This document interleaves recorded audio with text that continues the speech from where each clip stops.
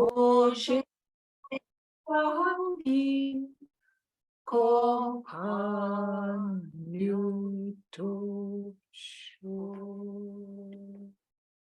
Let's do the 4 limitless contemplations. May all beings have happiness and create the causes of happiness. May they all be free from suffering and creating the causes of suffering. May they find that noble happiness which can never be tainted by suffering. May they attain universal impartial compassion, free of worldly bias towards friends and enemies.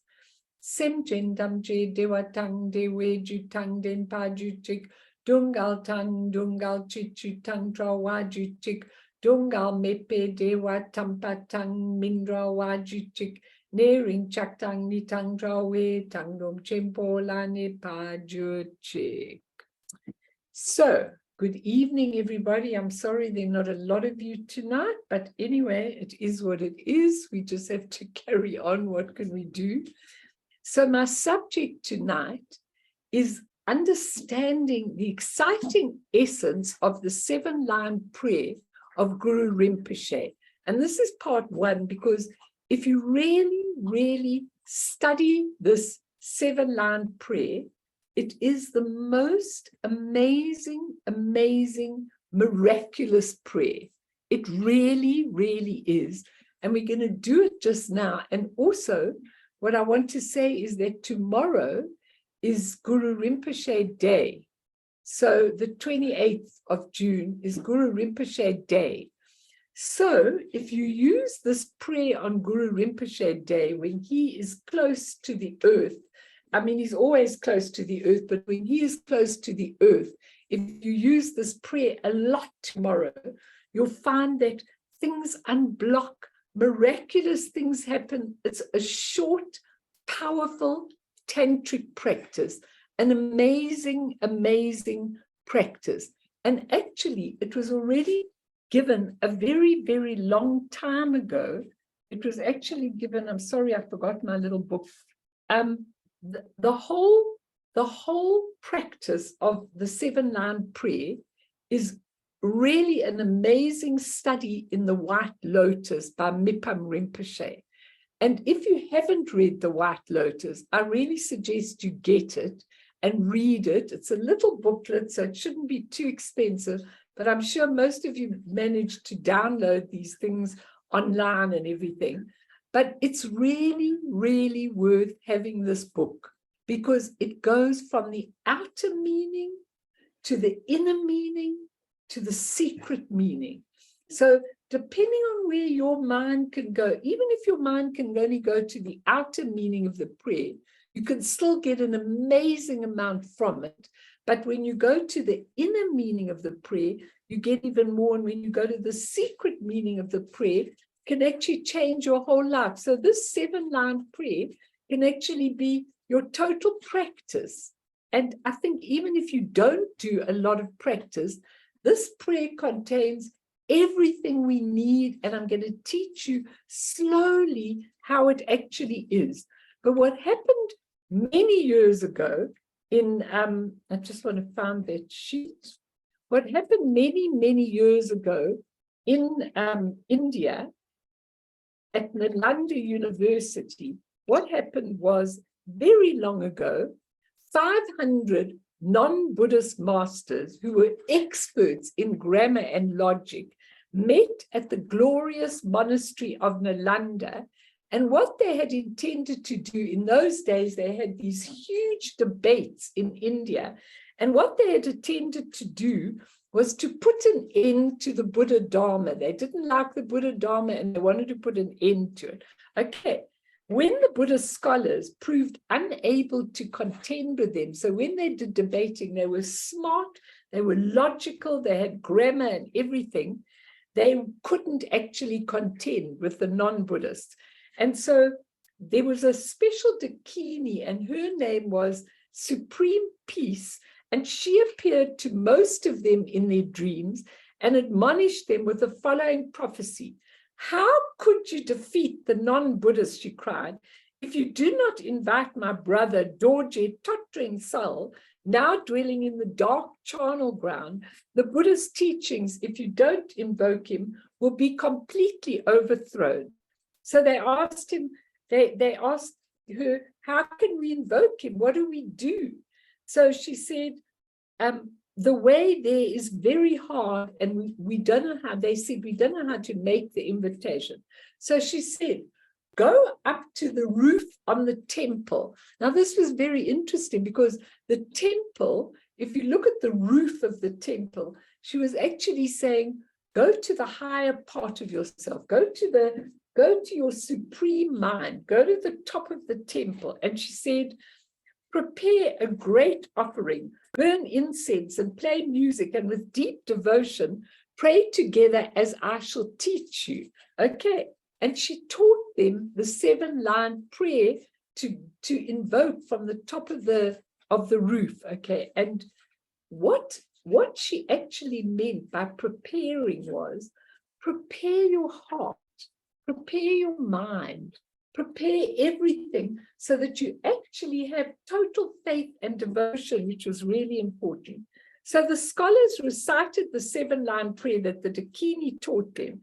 And in that very instant, Guru Rinpoche appeared to them out of the sky, and taking his position as the leader of the 500 scholars, he overcame the 500 non-Buddhist masters with reasoning and by appeal to scriptural authority.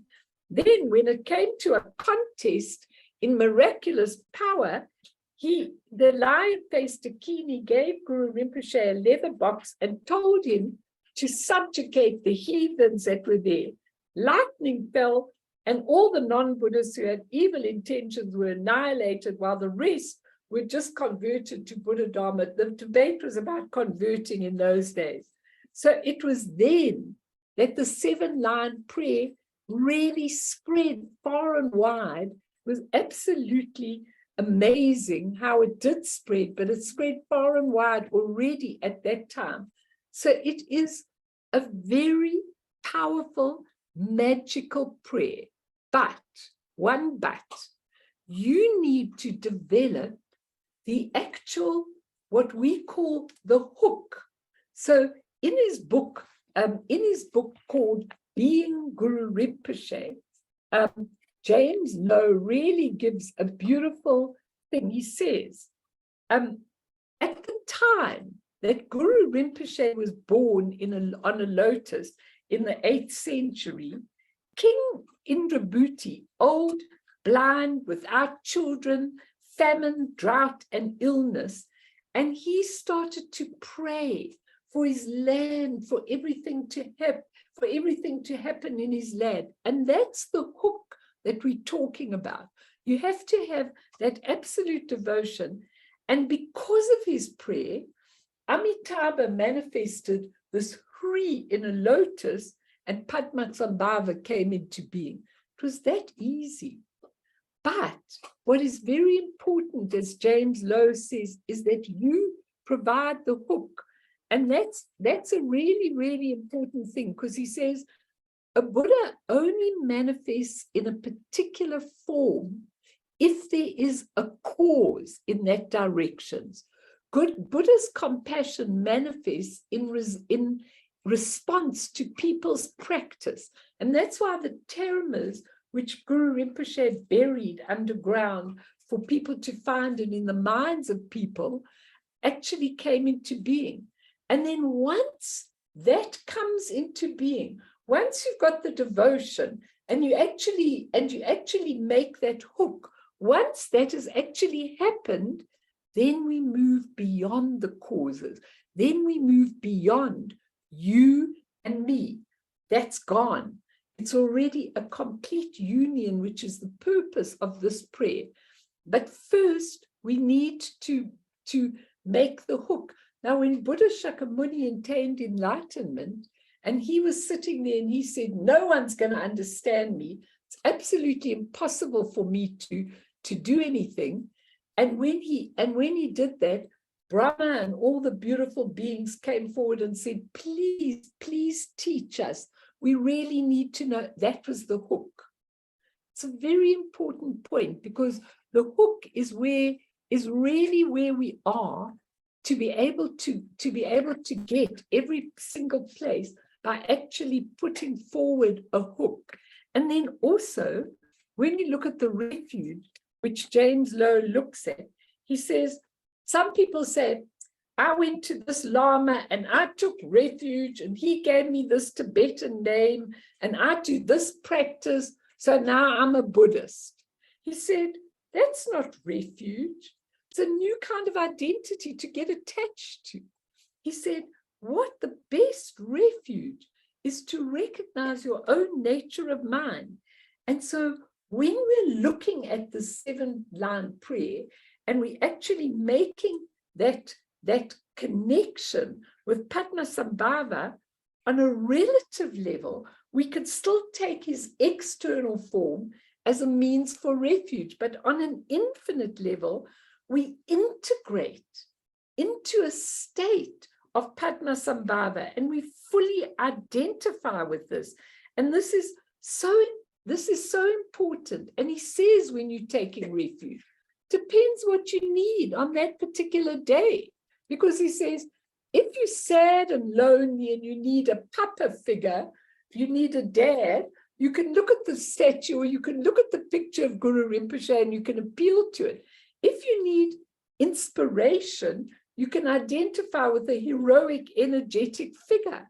But to really make that connection, you need to be united together and you need to look at your own integration of your own Buddha nature, which is really, really important. And I just want to say, because then I'm going to come to give you all the teachings from the beautiful White Lotus, that when I'd found that thing that Lama Yeshe gave me a long time ago, is that on? You must switch it off because the electricity is going off soon. Okay. What Lama Yeshe said to me on Holy Hour that time was, he said to me, faith and devotion is all you need. With total devotion, you become fearless. Then the lineage does everything through you. And he says, people don't understand. Once you have a guru, devotion, and total belief, there are no limitations as to what can be achieved. At death, if you take this devotion and faith, and you have a guru in the lineage, you have no need for help at death, he said. You have no need for that. You have nothing to stop you. When you train your mind to understand this, he says, there's nothing to fear in life. If there's not live transmission, then you can't accomplish anything. It'll peter out soon. And he says, everything he has is in his heart alive. And he says, it's all about the heart. Intellect does not count in any way or any form, which is quite interesting. And I thought I'd just take that so that we could have that, because I've got all these beautiful notes and these beautiful teaching, and I want you to butt in, because I really think this is so important. And tomorrow being Guru Rinpoche's day, I really mean it. You'll find a most amazing things happen when you use that prayer. Everything you need spiritually, you'll get. You'll have a dream, you'll have this, you'll have that, you'll have the other. You'll have so much that it's a really amazing prayer, that prayer. And it's magic. It's really magic. And I mean it, because the mandala of Guru Rinpoche, when you look at it, Amitabha is the overseer of the human realm. And so it's Amitabha, Chenrezig, Guru Rinpoche. Guru Rinpoche is part of both of them. And that's what we've got. It's a whole mandala. It's a whole energy. It's not just a being. It's a whole energy that we're tapping into to change the things we really want to change in our lives and to get where we need to get. And I want you to, so you can't see the amazing stories that Mipam Rinpoche tells, you can't see them outside of yourself. It's a demonstration of what we can be not of what we want to be, but what we can be. And it has everything in it, the 7-line prayer. It has creation, it has dissolution or completion, it has the full Vajrayana practice in it. So when you do it with complete devotion and understanding, it serves a purpose for all those that don't have time for long prayers. It really serves that purpose very, very much.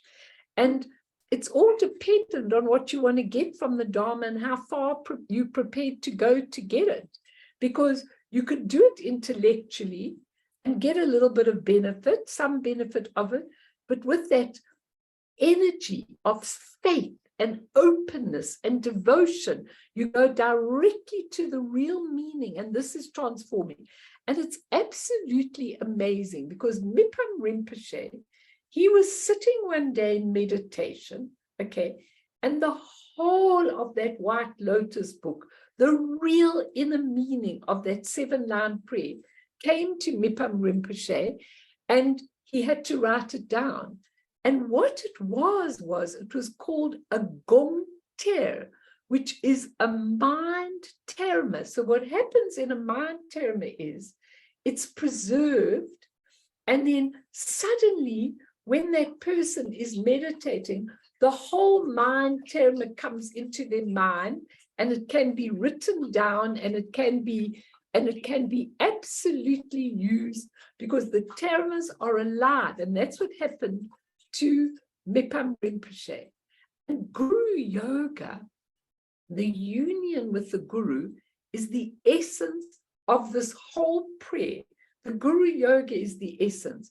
The main idea is to be touched by all of it, his story, his life, his termas, the prayer, and then it can change your life completely and totally. And the Guru Yoga is a kind of a meditative preview, a meeting between the perfect teacher and the perfect disciple they have to meet. And the ultimate encounter, the Buddha nature, the inner of the ultimate Guru, is revealed and recognized in this whole prayer. So the Guru Yoga and the 7-line prayer are very inextricably linked together, okay? And when we look at a Vajrayana practice, it's always got four aspects. Approach, which is when you visualize it in front of you. So when you're doing the 7-line prayer, if you've got a picture of Guru Rinpoche, if you look on my shrine, you'll see plenty of pictures of Guru Rinpoche. It's a visualization in front of you. Then it goes to what is called close approach. That's when you are actually starting to invoke the 3 kayas, the 3 bodies of the Guru, and it's called close approach. It's all the creation stage when you see yourself like that. And remember, Guru Rinpoche, yes, there was a historical Guru Rinpoche, but that's not our main thing. It's Guru Rinpoche inside of you, the precious teacher, the Guru inside of you, your own Buddha nature that you are trying to invoke with this whole thing. So approach is when you visualize it in front.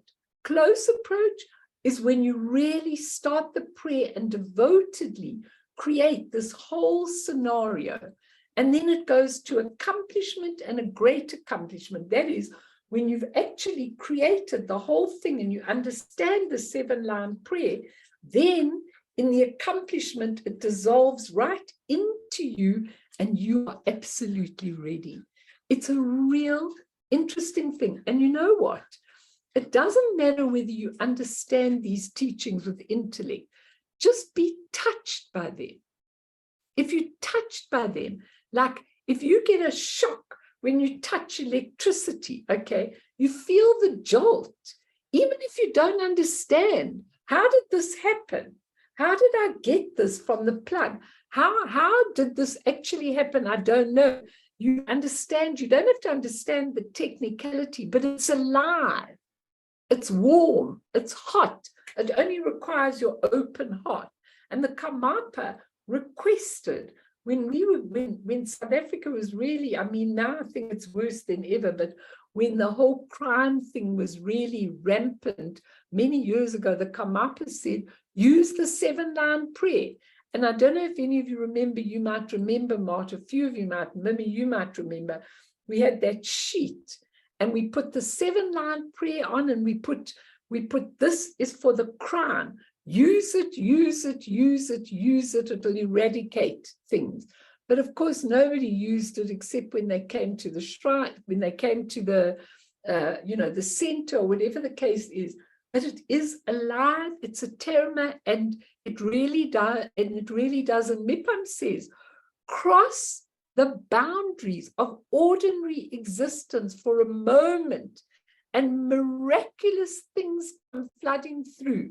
It's got the power. It's got the energy. You must learn it off by heart. So you can chant it wherever you are. I prefer chanting it in Tibetan, but it's absolutely fine if you want to chant it in English. That's just as good and it'll still give you the same amount. But I don't know it off by heart in English. I only know it off by heart in Tibetan. Now remember, the 7-line prayer is always given before you do a puja, before you do a sadhana. The 7-line prayer is there. It's kind of Guru Rinpoche's stamp. It's his stamp. So you take it with you wherever you are. I even said to my husband, he must do it, because it really, really will change things for everybody if you actually do it. And this prayer is a natural resonance of indestructible ultimate reality. And the negative problems at work or within you, wherever you are, you use the 7-line prayer, you'll have unbelievable success with it. Anybody want to say anything or ask anything at this point? Talk to me and tell me what you feel.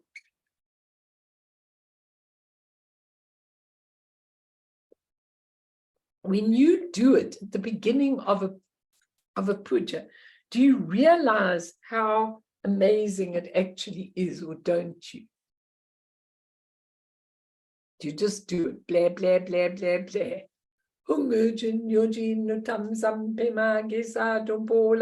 Do you just do it? After tonight, you're going to do it, and you're going to know every single thing, because there's a whole text of the outer meaning. There's a whole text of the inner meaning. There's a whole text of the secret meaning. This little prayer can take you to be enlightened. That's how amazing it is. Okay, if you're all okay, then tell me, but comment. Butt in. It's a small group, so so really you can butt in. Okay, and just let me see what else I want to say about it. Oh, so the more you recite it, you can actually do it. You can actually do it 3 ways. You can either count your recitations so that you know exactly how many you've done. When you've done 1 million, then you can maybe stop for a bit and do some more after that. Okay, at least 1 million you should have done. Some people count it. Some people count the time that they do it. And some people don't count it at all. They count what changes inside them, the realizations that they get. And I absolutely promise you, if you use this with absolute devotion, miracles and marvels usually associated will actually happen to you, because it's the most wonderful prayer. When I'm in India and things are getting tough, I just use the 7-line prayer hundreds of times, and it does the most amazing, amazing things that you need. There goes that poor Fiona, because it's her. I saw the flicker of the lights when the load shedding started, but luckily we are okay at this stage. So what happened was, and you need to know the story, that by the time you get the story of Guru Rinpoche, she's missed the whole thing. by the time you get the story of Guru Rinpoche, he is already actually been on the earth plane for 1,000 years. Okay, so if you go back to King Indrabhuti, who took him, who gave this call to Amitabha, and then Guru Rinpoche was born in a lotus. It's called miraculous birth. Some people might say, oh, it's just historically, it's just, it's just a legend. But he actually was born in a lotus, and that's actually called miraculous birth. And it's really important to understand that miraculous birth is a way that we can be born. And Zelda, I know you've just come on, you must just get the background, just listen to the recording at the beginning, because now I've just given them the whole background to the prayer and so on. But by the time we come to Guru Rinpoche in the history book, he's already been operating for 1,000 years on the earth plane. He's not like us, that at the age 70, you start getting wrinkles and all sorts of things. He just went on. He could go back and forth into everything. And the whole history was that at the time that King Tristan Detsen was having a real hard time, and he couldn't bring the Buddha Dharma out, they told him to invite Guru Rinpoche, and Guru Rinpoche came to Tibet. He subdued all the darkness. They couldn't build the temple, and the temple was able to be built because these dark forces kept on annihilating the temple every time they built it, and with natural disasters. So it's really important to understand that when he came to Tibet, Guru Rinpoche, he spread the teachings on a vast scale, and he made the whole of Tibet and the whole Himalayan region into a sacred land where the Buddha Dharma would prosper long after it had disappeared from India. Because remember, it came from India, but because of what happened in India, the Buddha Dharma disappeared. So Tibet has a great debt to Guru Rinpoche, and the Buddha said, a being will come in the 8th century, or soon after I'm gone, he will come and he will give you the way to be able to get enlightened. Not the narrow way, but the much quicker way. Okay. And the most important of all his prayers is the 7-line prayer. Every single word is filled with very, very deep meaning. So what I'd like to do, and it's like a golden key, how people received it and transformed themselves using it. And he really was amazing, because he could see in all his prophecies that Tibet was going to fall to the Chinese and the Buddha Dharma would have a hard time. And that's why he buried these theramas in lakes, in mountains, in oceans, in all sorts of things. He buried the theramas, and then people would find them, his disciples would find them in every way. So just let's go to a tiny bit of history that he worked when he arrived in this lotus flower. He worked in many world systems, not only our world system. He could do that all at the same time.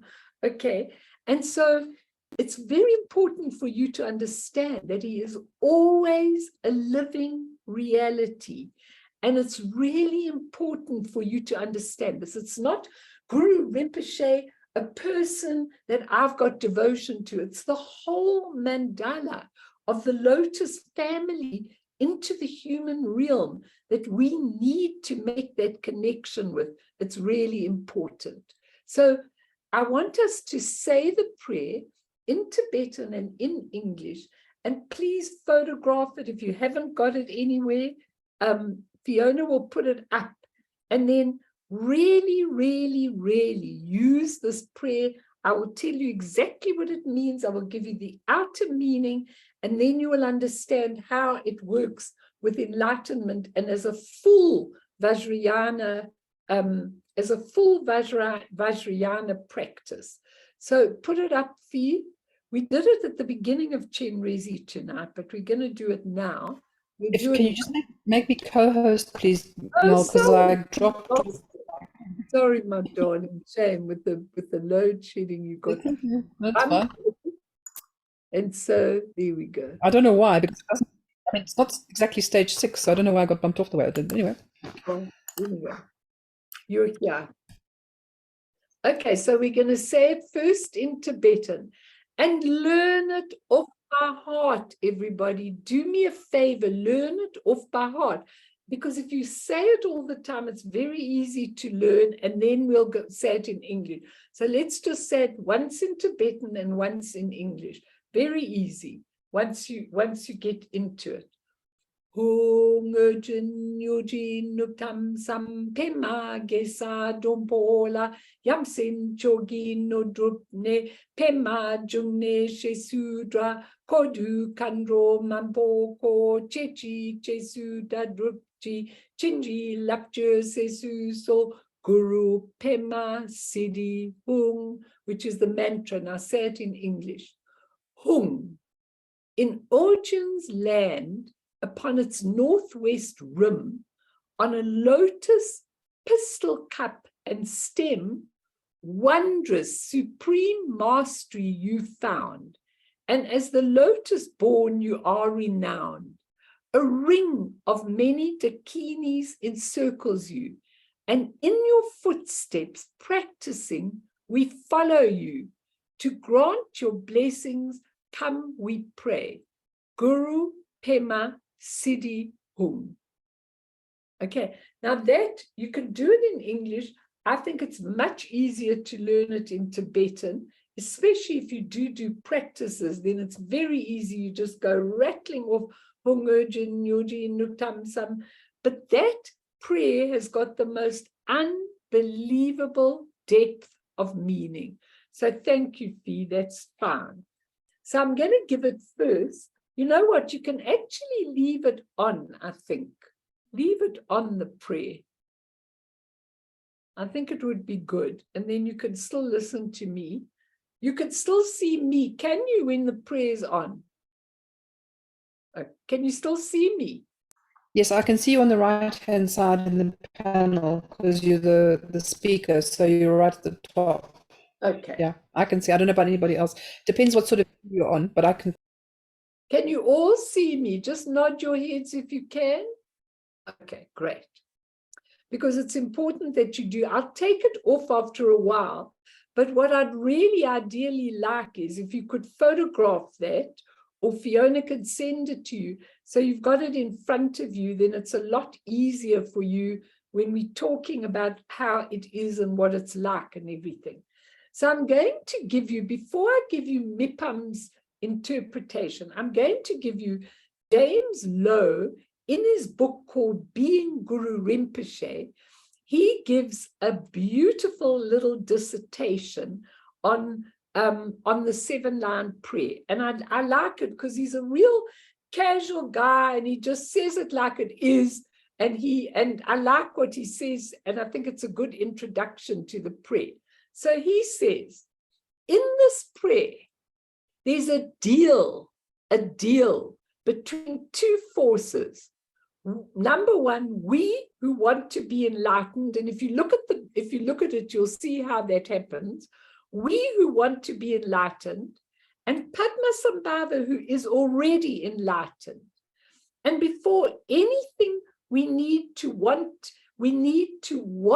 to be helped and be prepared to make the effort. We have to want this to happen. Now, this is such an important point, because if you do this prayer, Hung in Orjin's land upon its northwest rim, whatever that might mean, on a lotus, pistil cup and stem, wondrous supreme. If you don't know what it means and what you're doing, it's of very little value. But what is important is, in your heart, you really want to be helped. And so you go to this prayer with a great desire to be helped. He says it's really important. And on an outer level, Padmasambhava is this powerful presence, and we're asking him for his blessing. But on an inner level, Padmasambhava is our true nature, which is hidden from us. So even though we're appealing to a being, we're really appealing to our hidden nature. And that's very important. When it says upon its northwest rim, you may think, what does that mean? That's a very important thing, because Origin's land is where all the Dakinis dwelled, upon its northwest rim. Now, the northwest rim, which is very important, is where samsara and nirvana meet. It's a rim. It's a join between them where they meet. And the country of origin is actually Dharmadhatu, the space. So there is a space in which in the northwestern rim, that point is where samsara and nirvana meet. Can anybody tell me what that could mean? I think take the prayer off, Fee, because then because then I can ask you, what would it mean where samsara and nirvana meet in the beautiful space of spaciousness of everything? What could that mean?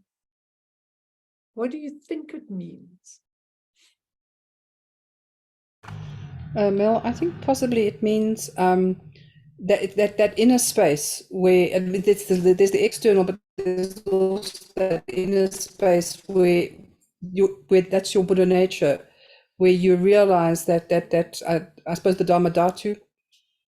I don't know. I'm just taking a fly here. But I think what you're saying is very good, because we always living in life, going to nirvana. We want this beautiful life. We want everything good to happen. In the Dharmadhatu, in the Buddha nature, samsara and nirvana don't really exist. They're just creations of our own mind. So when he says in the northwest rim, he's saying where they meet, there's no samsara and there's no nirvana. There's just the spaciousness, and it doesn't really matter, because in the spaciousness, everything is already contained. And he says, the true nature of actuality is precisely this point where samsara and nirvana are connected. Then in the second line, where they tell you that he's born in a lotus, we'll come back to it in a moment, but James Lowe says, the lotus has got two aspects. One is its natural purity.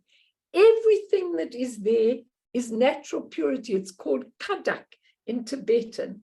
And then there's a second kind of purity, which is the purity that develops when you practice. So there's a natural purity and a purity that develops in the practice. And these two are united in infinite purity.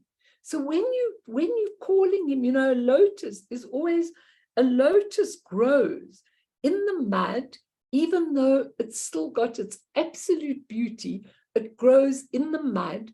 And it's really important to understand this, because it's pure and it's always pure. And I'm going to come to more detail of this, but then he says in the third line, he says, you who've got all these good qualities, he says, all the good qualities are present in that place. So if you realize that stage and integrate with it, all you need is there. In other words, people are always saying to me, you know what? I wish I could do this. And I wish I could be better at business. And I wish I could be more talented in my art. And I wish I could be a better sportsman. And I wish I could be everything. We always want to be something. And when we get to be there, it's not enough. And James Lowe says, we always think something is a final stage. So like when we come to the end of university, we say, oh, I'm finally finished studying, now I'm a doctor, I'm an architect, I'm a this, I'm a that. I've reached that stage, I've got my certificate. And then you go into the world with your career and you're like on the bottom again. You've got to start all over again to develop your experience and everything else. He says it's always something more. And we think that our qualities are our identity.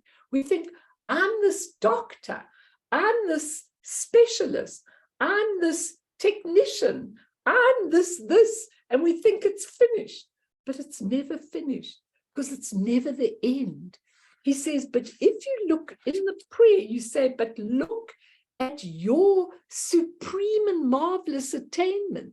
He says, Padmasambhava seems to have all the qualities, but they don't seem to change. And he says, why don't they change? He says, because his qualities arise effortlessly beyond stopping, free of being objects of ego identification. He doesn't rest on his achievements. He doesn't rest on anything. It's just integrated, and all his qualities become his natural ornaments. Now, what do you think of that? Because we work so hard to get a little compassion, to help a little person, to do well in our career, to do this, to do this. We work and work and work and work and work and everything, and it never seems to end. But when you see Padmasambhava, he's already got all the talents, and he just executes them effortlessly. Now think about this. If you were in your Buddha nature, you wouldn't have to develop any talent. They'd all be there naturally, even in samsara. And that's what you're saying in the prayer. You've got this marvelous and supreme attainment. Help me, show me how to do it. That's what you're asking him. And our ego qualities, because we develop them for the ego, are impermanent. They just come out because of causes and condition, dependent origination. We have attachment to the self. I'm Melanie, and I'm this body, and I'm like this, and I'm like that. And his qualities arise out of the nature of the Dharmakaya. It's difficult to express in language because our language is about material attachment. His is a path of realization, a path to understand the teaching. What do you think of that? I mean, what's that like for you to think that this is not in someone else? This is in you. But because we've always, it's interesting because I was listening to that tape of Dzongkar Khyentse Rinpoche on human relationships.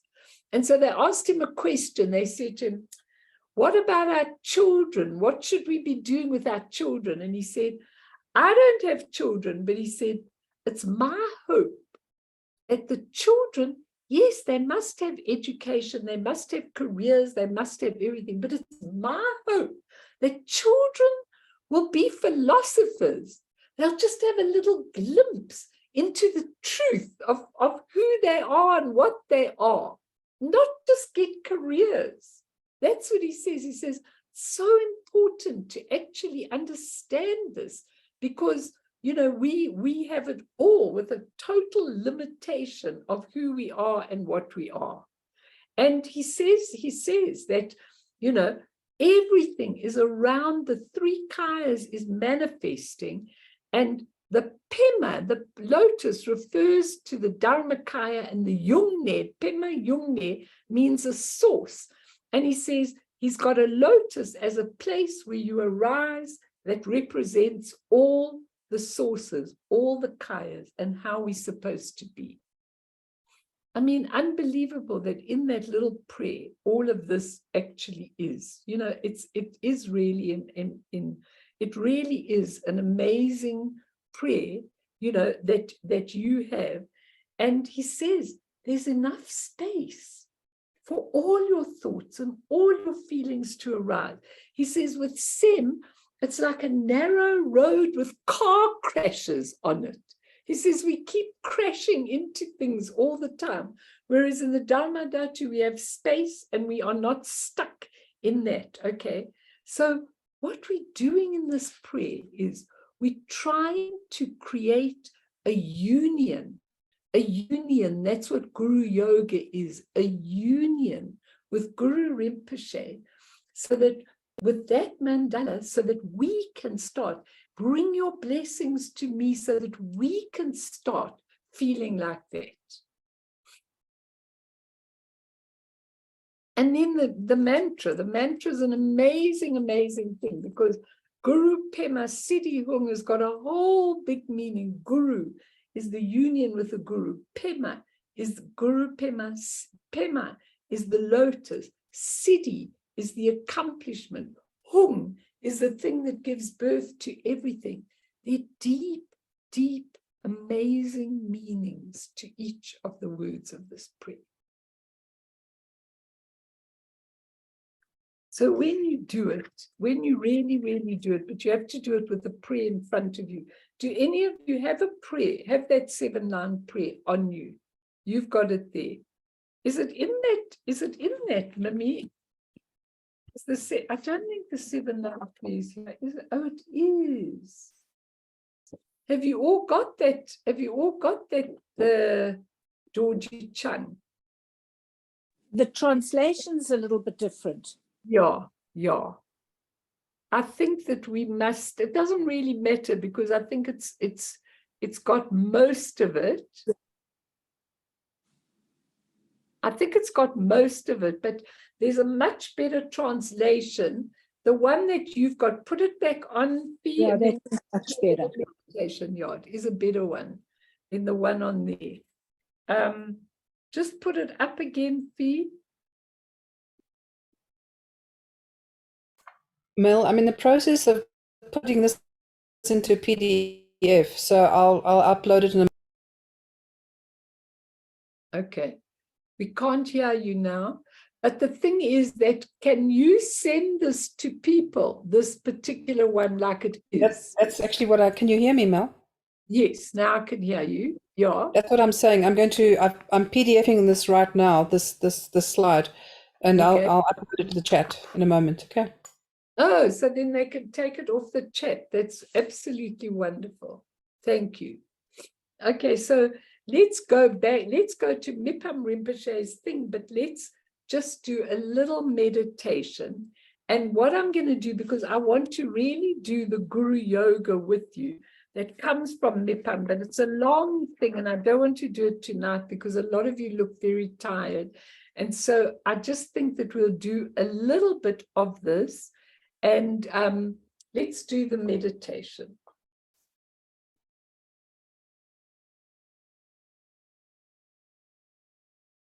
Called the Rain of Blessings. And it is the Guru Yoga according to the 7-line prayer. So I'm going to do it all in English. I won't do the 7-line prayer in Tibetan, and we won't go up to the Guru Yoga part of the 4 empowerments, but we'll just do it. Breathe in and breathe out and come to this beautiful moment. It's such a treasure that we've got. And what we do is, it's a Guru Yoga based on the 7-line prayer. So we go, ah. Everybody go, ah. Considering myself in usual human form, I see before me in the sky the spotless lake of Dhanakosha in the land of origin. Now this is where Guru Rinpoche descended into a lotus. It is extremely deep and filled with water, graced with eightfold excellence. The eightfold excellence is very important because it's drinking, it's clarity, it's got all the beautiful aspects we need in the water. In the center of this lake, upon a spreading lotus, raised upon its precious stem, and each word has a very important meaning, sits the origin Vajradhara, that's Guru Rinpoche, embodiment of every refuge, blazing with the glory of the marks of Buddhahood, embracing to himself his princess consort. His right hand wields a vajra, and in his left hand he holds a skull cap and a vase. He looks magnificent in silken robes, in ornaments of jewel and bone. Within a mass of 5-colored light, he blazes with the splendor of great bliss. The ocean of the 3 roots gathers thickly round him like a cloud. He looks at me and showers down a rain of blessings of compassion. And then we do a little refuge and a little confession and all of those kind of things, which I'm not going to do tonight. We'll do it next time. But then you do the 7-line prayer, and I'm going to do it for you in English. If you've got it, you can do it as well. In Origin's land upon its northwest rim, on lotus, pistil cup and stem, wondrous supreme mastery you found, and as the lotus born you are renowned. A ring of many dakinis encircles you, and in your footsteps practicing we follow you. To grant your blessings come we pray.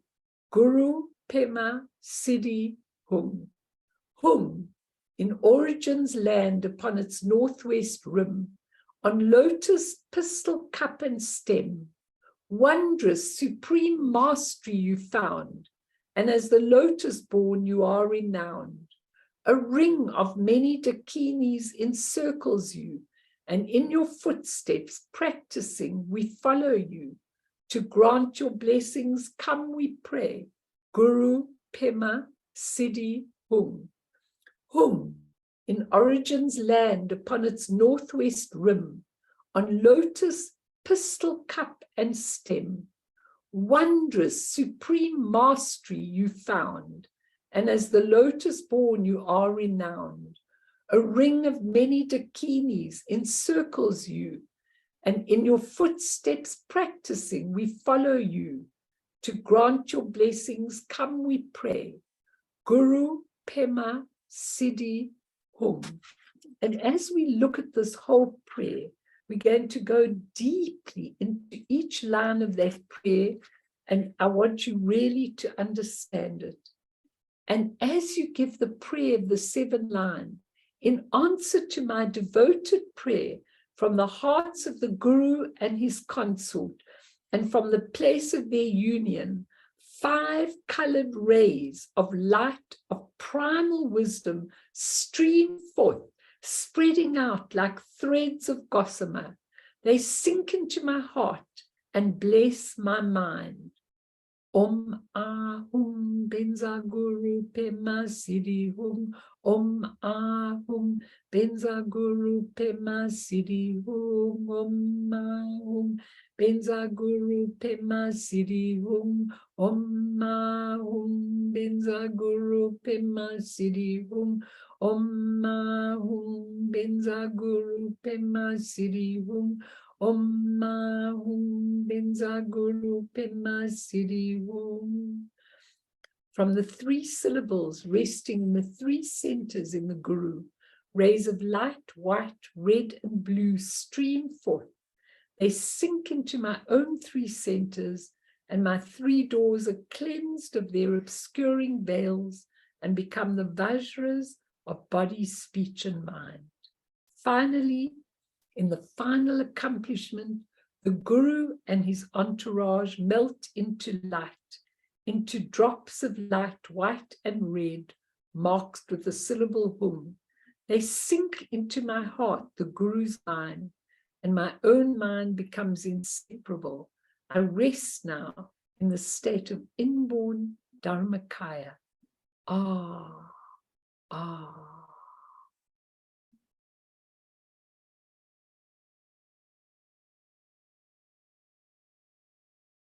And you can keep repeating it if you know it in Tibetan. Om Ojin Yojin no Tamsam Pema Gesa Dompola Yamsin Jogin no Drupne Pema Jungne Shesudra Kodu Kando Mamboko Chechi Chesuda Drupji Chinji lapchu sisu so guru pema sidi hung jin yujin nutam sam pema gesa dumpola chogi no drupne pema junne jesu dra kodu kando mampo ko chechi jesu da drupji chinji lapchu sisu so guru pema sidi jin yujin nutam sam pema gesa dumpola yamsin chogi no drupne pema junne jesu dra kodu kando mampo ko Chechi Jesu Dadrupji Chinji Lapju Sisu So Guru Pema Siddhi Om.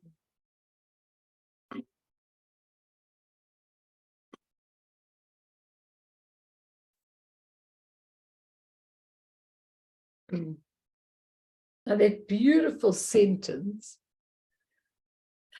a ring of many dakinis encircles you, is where all the energy comes out of the essence. And I'll explain that to you next time, because I think it's really important for you to understand that it's called the union with the nature of the Guru.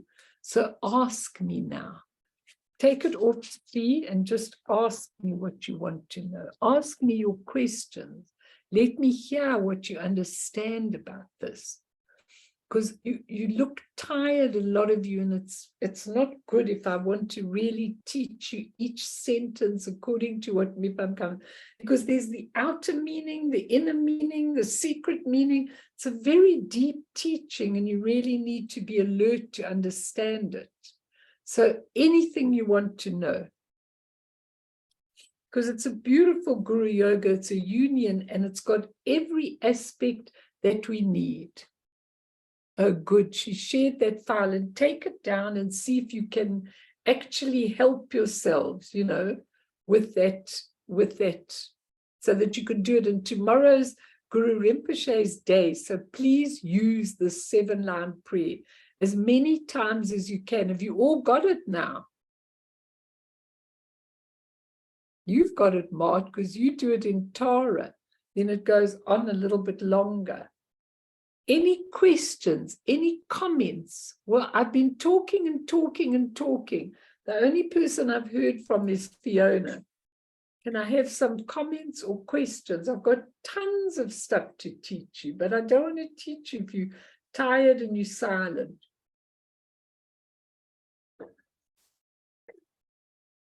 This teaching should actually be taught in the morning. That's when it should be taught, not at night when you've had a hectic day at work or something like that, you know. It should be taught because it's such amazing teaching.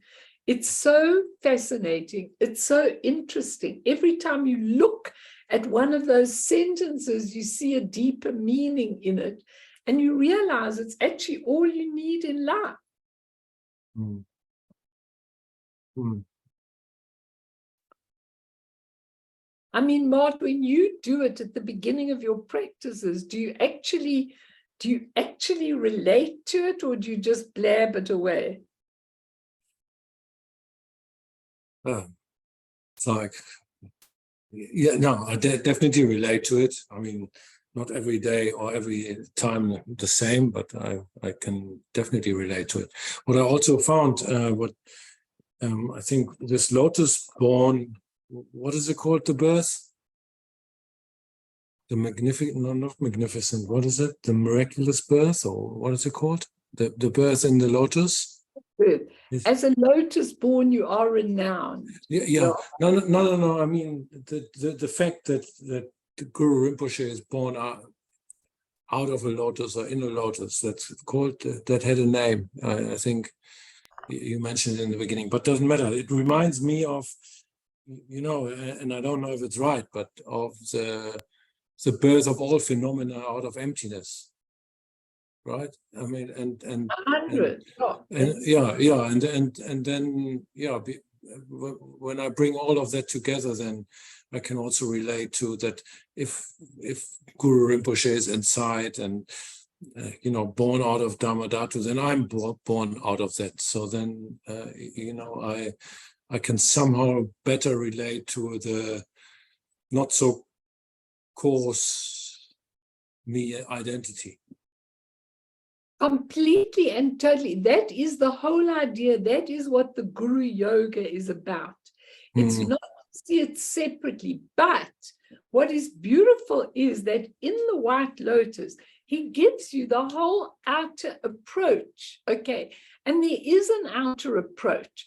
And when you actually begin to understand it, when you understand, I mean, when you go deeper and deeper, when it goes on a lotus, pistil, cup, and stem, you are born. Now, each of those has a very, very, very deep meaning. I'm not going to go into them tonight because you're all just too tired to actually have all of this. But it's really, really important to understand that every single detail of that 7-line prayer has been carefully worked out. Like when he says, wondrous, supreme mastery you found. So that you can start thinking, oh, well, there's a wonderful being, and I'm saying, wonderful, you've got supreme mastery. That's not the idea. The idea is that he is inside you, like you've just said, and you can have that supreme mastery. But how in the world do we drop the ego identity? How do we drop it?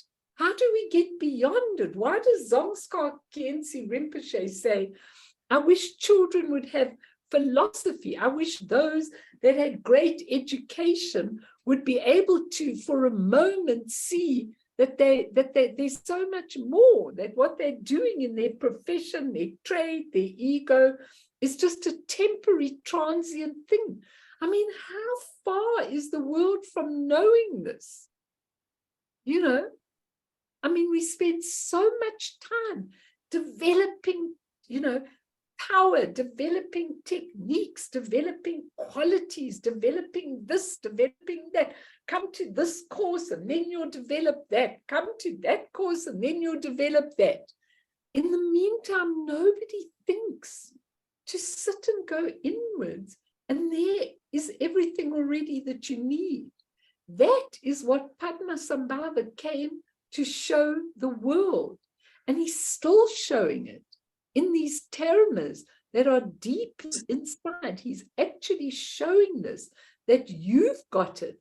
All you have to do is have the union of it. And I know truly, truly, truly that every time I've been stuck anywhere, especially when I'm in India, I just call on the 7-line prayer and miracles happen. The book arrives, the person arrives at my door, the answer arrives, the dream arrives. It's just too uncanny to actually ignore.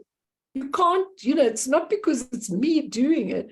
It is my faith to do it. But when I saw the picture of Guru Rinpoche the very first time, the picture, the look-alike picture, I said, when I looked at the picture, I'm back.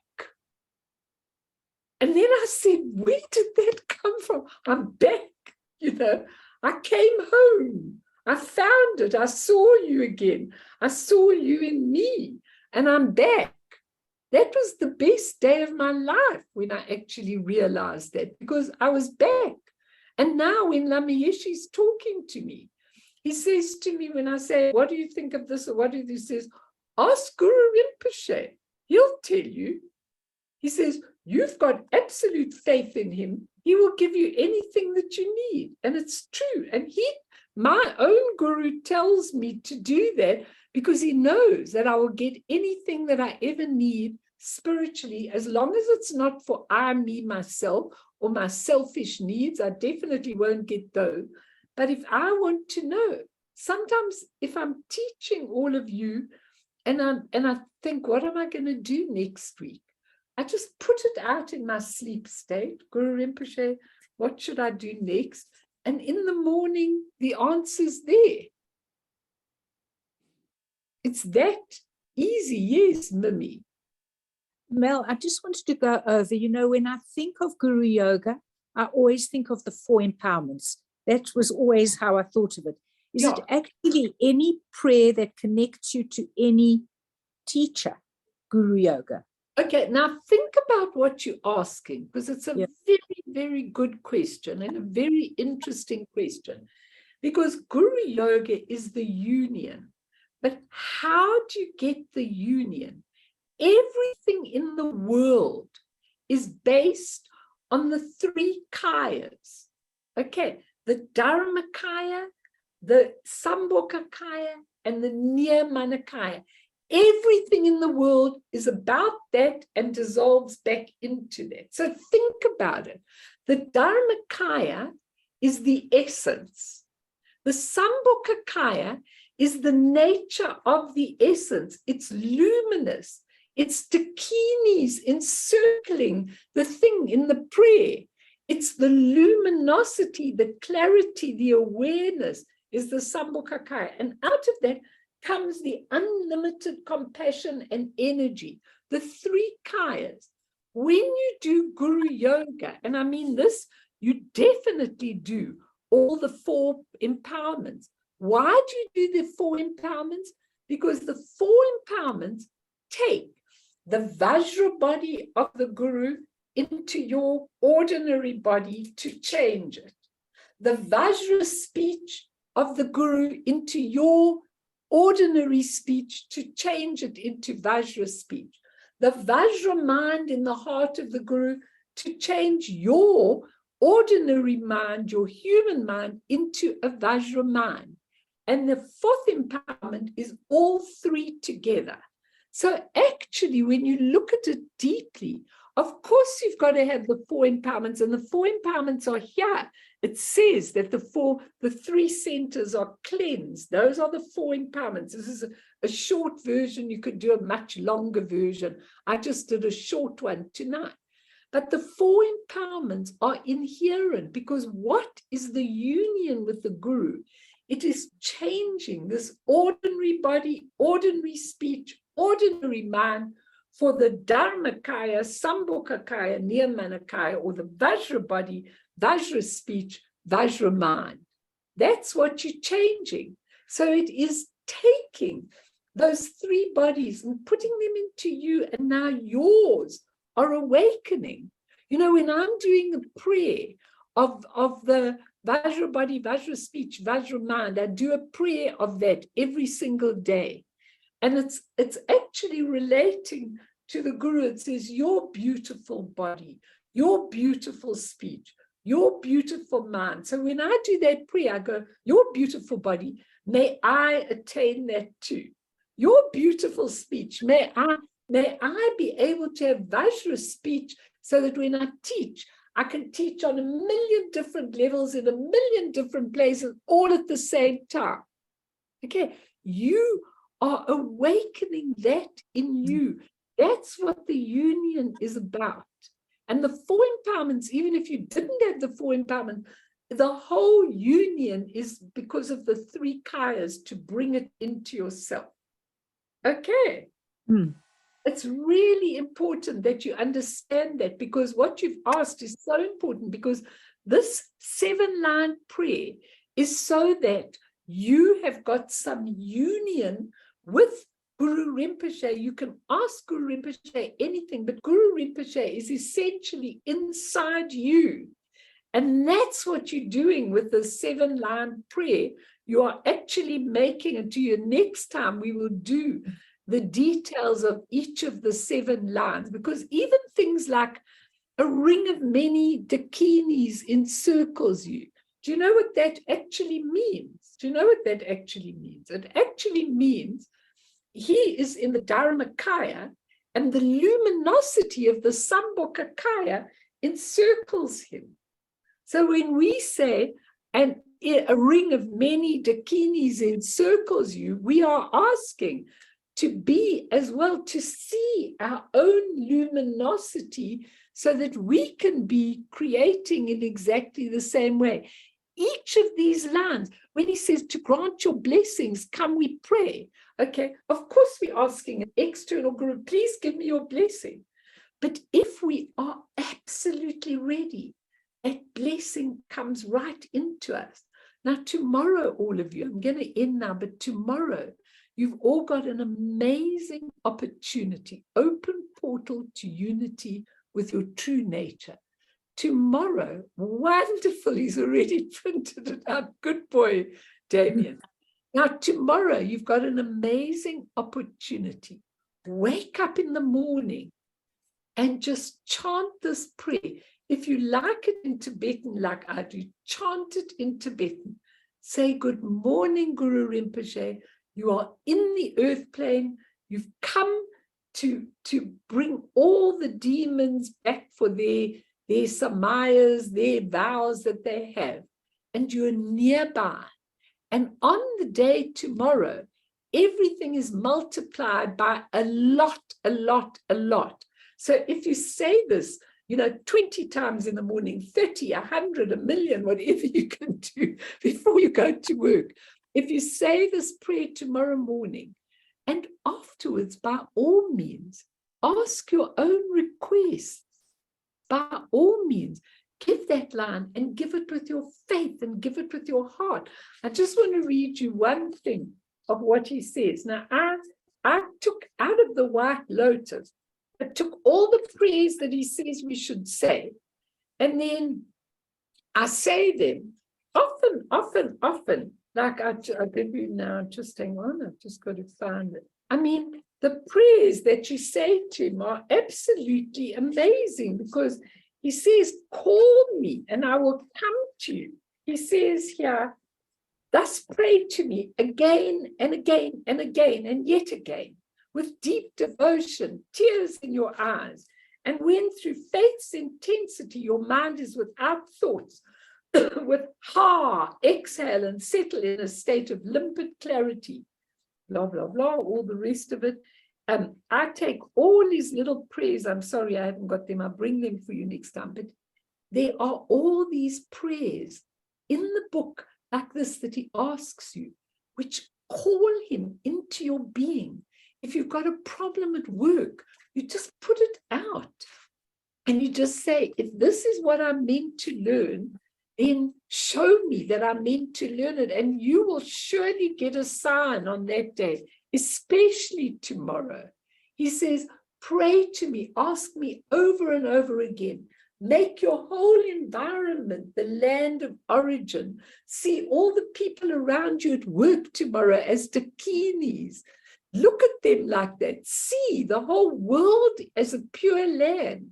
And then I have got a way. You've given me a hook. I can come and bring you whatever you need. And it's really, really true. Now, Molly, you've got that connection. So see that you use it tomorrow. Now, Molly had a wonderful experience. She suddenly realized that connection, the same as I realized that connection. It's a connection, not with a being necessarily, but it's a connection with a mandala of your long, long, long heart. And then, Guru Rinpoche, of course, is the same as Chenrezig and the same as Amitabha, but his pure land is called the Copper-Colored Mountain. Now, it's so interesting because I've taken the literature that I can find in Dajjam Rinpoche on the Copper-Colored Mountain. But yesterday, one of the girls, Karen, in my group, said, have you read, she says to me, just coincidentally, have you read the book, The Copper-Colored Mountain and whatever it went? I said, no. Can you please get it to me? Okay. Straight after the group, she sent it. She said, I'm sending it by email. The whole book was there. Okay. Now that was after my teaching yesterday. Things like that happen to me all the time. It's like the right person is in my way when it's got to do with helping other people, serving, teaching. I just get all the material. It's absolutely amazing. So yesterday, she just happened to ask me if I'd seen it. In the afternoon, I already had the book. And there's all the instructions how to get to the Copper-Colored Mountain in your mind. So don't give up with faith. Everything that you need is there. It's the mandala of the human realm where we live. Amitabha, each realm has got a beautiful Buddha. The lotus family is the realm of the humans. So we have that connection. So once you throw the hook out, everything starts changing in your life. That's my promise to you. Do it. So let's dedicate to all sentient beings. May they all find this beautiful road ahead that the Guru Rinpoche Mandala, the book that James Lowe has written, is called Being Guru Rinpoche. And I hope that everyone on this planet that is suffering can be Guru Rinpoche, the precious teacher who has the qualities that are abundant because they're already there inside you. And through this merit, may we achieve all-seeing Buddhahood, and thereafter, once all harmful enemies have been defeated, may all beings be liberated from the ocean of existence, stirred by the waves of birth, old age, sickness, and death. Sonam die tamche zipane tokne nepe dranam tamshene jeganachi palaktropaye sipe sole doadro varsho. Some of you are